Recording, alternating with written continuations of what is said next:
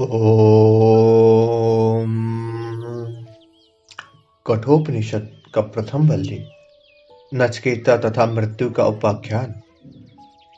बाज्यश्रवस नाम के ऋषि को मुक्ति की कामना हुई। उन्होंने अपना संपूर्ण धन धान्य दान कर दिया। उनका नचिकेता नामक पुत्र था। वह बालक ही था, परंतु दक्षिणा में जिस प्रकार की गौवें ले जाई जा रही थी, उन्हें देखकर उसके हृदय में श्रद्धा ने प्रवेश किया और उसने विचारा कि ये गौवें किसी समय भरपेट जल पीती थी, परंतु अब स्वयं पानी तक नहीं पी सकती। कभी भरपेट घास खाती थी, परंतु अब घास तक नहीं चर सकती।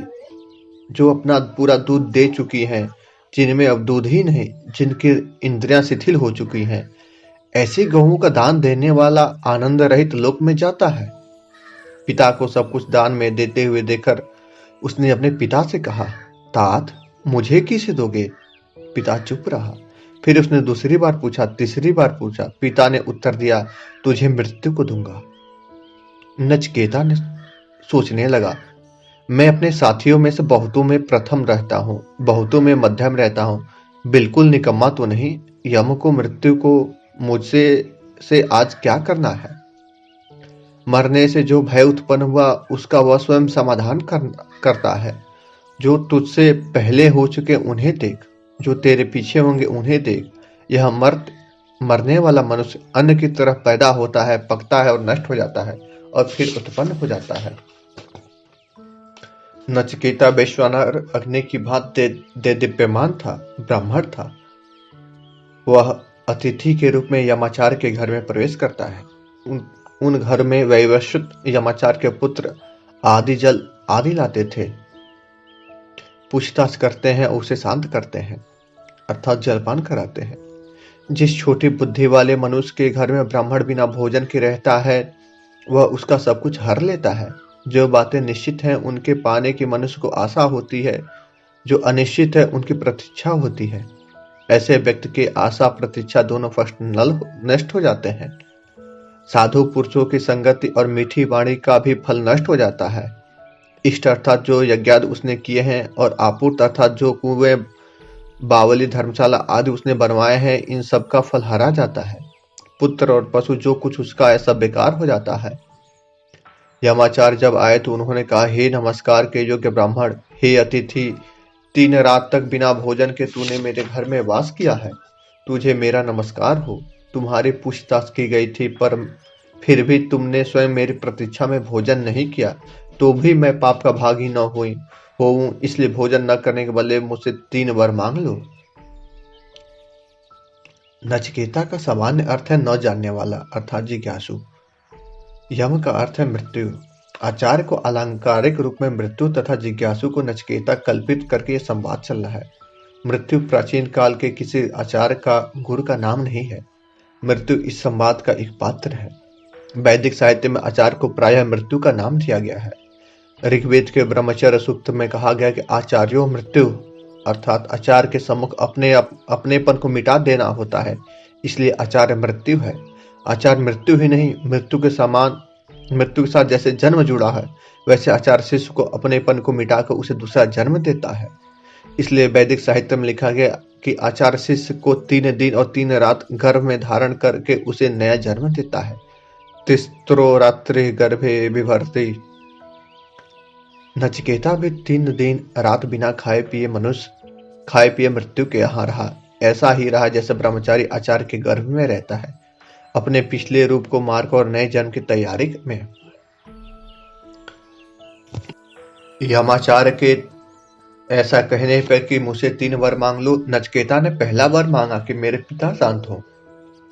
उसने बोला कि हे मृत्यु, मेरा पिता गौतम शांत संकल्प हो, प्रसन्न मन हो, क्रोध रहित हो, और जब मैं आपके पास से अपने पिता के पास लौटूं तो मुझसे प्रसन्न होकर बोले। 3 वरों में से पहला वर तो मैं यही मांगता हूँ। यमाचार्य ने वर देते हुए कहा कि तेरा पिता उद्दालक व अरुण का पुत्र गौतम मृत्यु के मुख से तुझे छूटा हुआ देखकर जैसे पहले तुझसे प्रसन्न था, वैसा ही प्रसन्न होगा। तुझे मृत्यु के मुख से छूटा हुआ देखकर क्रोध रहित होकर सुख की नींद सोएगा। अब नचिकेता दूसरा वर मांगता है कि स्वर्गलोक में किसी प्रकार का भय नहीं है, वहां तू है, न जरावस्था है, अर्थात न वह मृत्यु है, न बुढ़ापा है। इन दोनों से ही तो मनुष्य डरता है। वह मनुष्य से भी भय नहीं, वृद्धावस्था से भी भय नहीं, मृत्यु से भय नहीं। स्वर्गलोक में भूख प्यास इन दोनों प्रवाहों को तर लेते हैं, द्वंद्वों से ऊपर उठ जाते हैं, शोक पीछे रह जाता है, आनंद ही आनंद रह जाता है। हे यमाचार्य, आप उस स्वर्ग प्राप्त कराने वाली अग्नि को जानते हैं? हे मृत्यु, मैं श्रद्धा पूर्वक पूछता हूँ, आप मुझे उसका उपदेश दें। जो स्वर्गलोक में जाते हैं उन्हें अमृतत्व अमरता प्रदान प्राप्त होती है, इसलिए स्वर्ग साधक अग्नि का आप उपदेश दीजिए। दूसरा वर मैं यही मांगता हूँ। यमाचार्य बोले, हे नचिकेता, मैं उस स्वर्ग साधक अग्नि को जानता हूँ। मैं कहूंगा तू समझ, उसके द्वारा अनंत लोकों की प्राप्ति होती है। उन लोकों को ही वह आधार है, परंतु हाँ, यह समझ ले कि वह अग्नि गुहा में निहित है। उसका जानना समझना एक रहस्य को समझने के समान है। यमाचार्य ने नचिकेता को लोक की अर्थात स्वर्ग लोक की साधक उस आदि अग्नि का उपदेश दिया। उस अग्नि के लिए जो जो ईंटें चाहिए, जितनी चाहिए, जिस प्रकार की चाहिए, सब कहा। नचिकेता ने भी आचार्य ने जो कुछ कहा था ठीक ठीक वैसे सुना दिया। नचिकेता की इस कुशाग्र बुद्धि को देखकर आचार्य बहुत संतुष्ट हुए और उन्होंने कहा कि महात्मा, यम अत्यंत प्रसन्न होकर नचिकेता को कहने लगे कि आज तुझे एक और वर देता हूं। यह अग्नि तेरे नाम से प्रसिद्ध होगी। ले, अनेक रंग वाली इस माला को ग्रहण कर। यह कहकर आचार्य ने स्वर्ग साधक अग्नि का नाम नचिकेता अग्नि रख दिया और उसे एक माला दी। जो त्रिनचिकेत होगा, अर्थात नचिकेत अग्नि की ब्रह्मचर्य, गृहस्थ, वानप्रस्थ इन 3 आश्रमों में उपासना करेगा, वह तीनों संधियों में से गुजरकर 3 कर्मों को करके जन्म मृत्यु को तर जाएगा। ये 3 संधि और 3 कर्म क्या है? जब ब्रह्मचारी गृहस्थ में प्रवेश करता है तो इन दोनों आश्रमों के बीच की एक संधि से गुजर जाता है। जब गृहस्थी वानप्रस्थ में प्रवेश करता है तब गृहस्थ तथा वानप्रस्थ की संधि में से गुजरता है। जब वानप्रस्थ से संन्यास में प्रवेश करता है तब वानप्रस्थ और संन्यास की इस संधि से गुजरता है। इन 3 संधियों में से गुजरना, इन्हें पार कर जाना ही 3 कर्म है। जो इन 3 संधियों में से नहीं गुजरता वह किसी न किसी एक आश्रम में अटक जाता है। इस प्रकार प्रत्येक संधि में से गुजरने से एक एक स्वर्ग साधक अग्नि उत्पन्न होती है। अग्नि उत्पन्न ही संधि से 2 वस्तुओं के मेल से होती है। एक एक संधि के बाद एक एक नचिकेत अग्नि प्रकट होती है, जो मनुष्य को स्वर्ग अर्थात अमृत की ओर ले जाती है। इस प्रकार की 3 संधियों में से गुजरकर त्रिनचिकेत अग्नि की साधना होती है। इन 3 अग्नियों में से गुजरकर जो जीवन क्रम बनता है वह ब्रह्म यज्ञ कहलाता है। जो व्यक्ति दिव्य गुणों से युक्त स्तुति के योग्य ब्रह्म यज्ञ को जान लेता है, उसके विषय में निश्चय कर लेता है, वह अत्यंत शांति को प्राप्त होता है। स्वर्ग के साधन की कौन सी अग्नि है? क्या वह जिससे यज्ञ करते हैं या कोई और? यमाचार्य कहते हैं कि यज्ञ याग आदि की अग्नि से स्वर्ग नहीं प्राप्त होता। स्वर्ग साधन अग्नि वह है जो ब्रह्म यज्ञ की तरफ ले जाती है। ब्रह्म अर्थात है महान होना, बढ़ना, अपना विस्तार करना।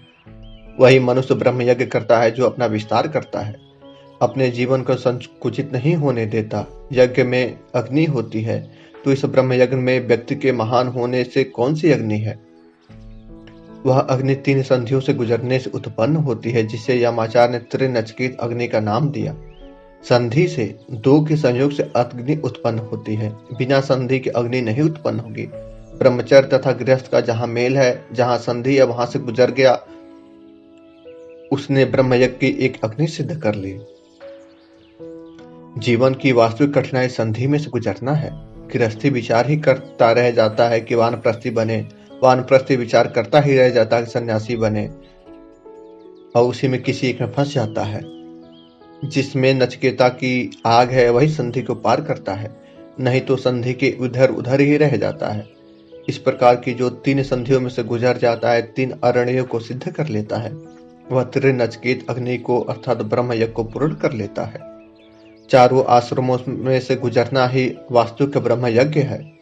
उसी से मनुष्य महान होता है, क्योंकि वह 3 अग्नियों से में तप चुका है। 3 प्रकार की संधियों को पार करके ब्रह्म यज्ञ की साधना होती है। यह उपदेश यमाचार्य ने नचिकेता की जिज्ञासा के उत्तर में नचिकेता को दिया, इसलिए यमाचार्य ने इस साधना का नाम ही त्रिनचिकेत रख दिया। अर्थात कुल सार बात यह है कि व्यक्ति को किसी एक आश्रम में नहीं फंस जाना चाहिए। उसको अपने चारों आश्रम ब्रह्मचर्य, गृहस्थ, वानप्रस्थ और संन्यास, इन तीनों में से यथापूर्वक गुजरना चाहिए, उससे निकल जाना चाहिए।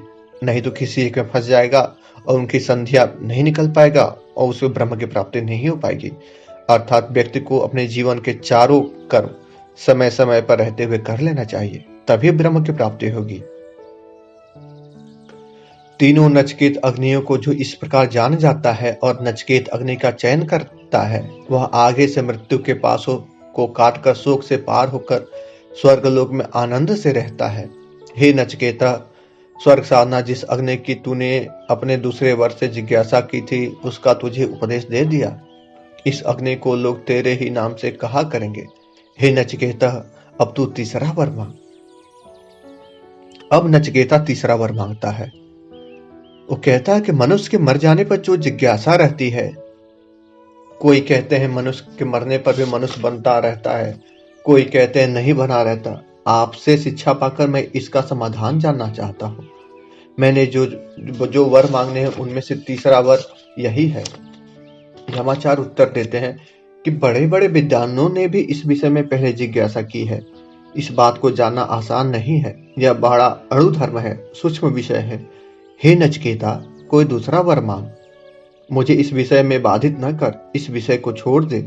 नचिकेता कहने लगा, यह सच है कि बड़े बड़े विद्वानों ने भी इस विषय में जिज्ञासा की और यह समस्या ऐसे है जिसे हे मृत्यु तू भी कह रहा है कि सुगमता से समझ नहीं पड़ सकती।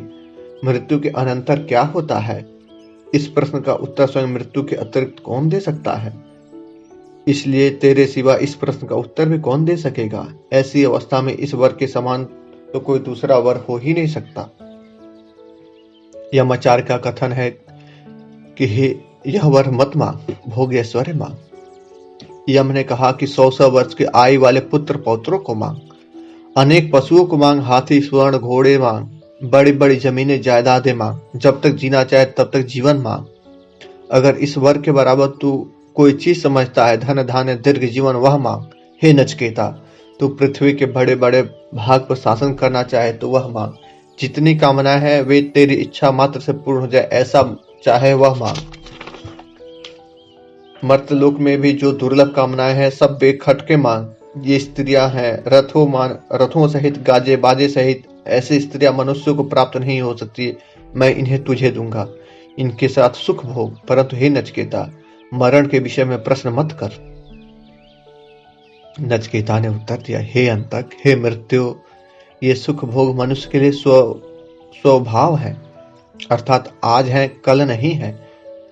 ये इंद्रियों के तेज को छीण कर देते हैं। इन भोगों को भोगने के लिए सारा का सारा जीवन भी बहुत थोड़ा है। ये हाथी घोड़े, यह नाचना गाना अपने ही पास रख, ये मुझे नहीं चाहिए। मनुष्य धन से तृप्त नहीं हो सकता।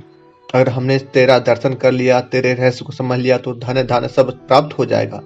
हे मृत्यु, जितना तू चाहेगा उतना ही तो हम जी सकेंगे, ज्यादा तो नहीं। मैं तो यही वर मांगता हूँ। अगर जीर्ण न होने वाली अमृत अवस्था को प्राप्त करके इससे उल्टी जीर्ण होने वाली मरणावस्था को कोई जानबूझकर प्राप्त करे तो वह नीच नहीं तो क्या है।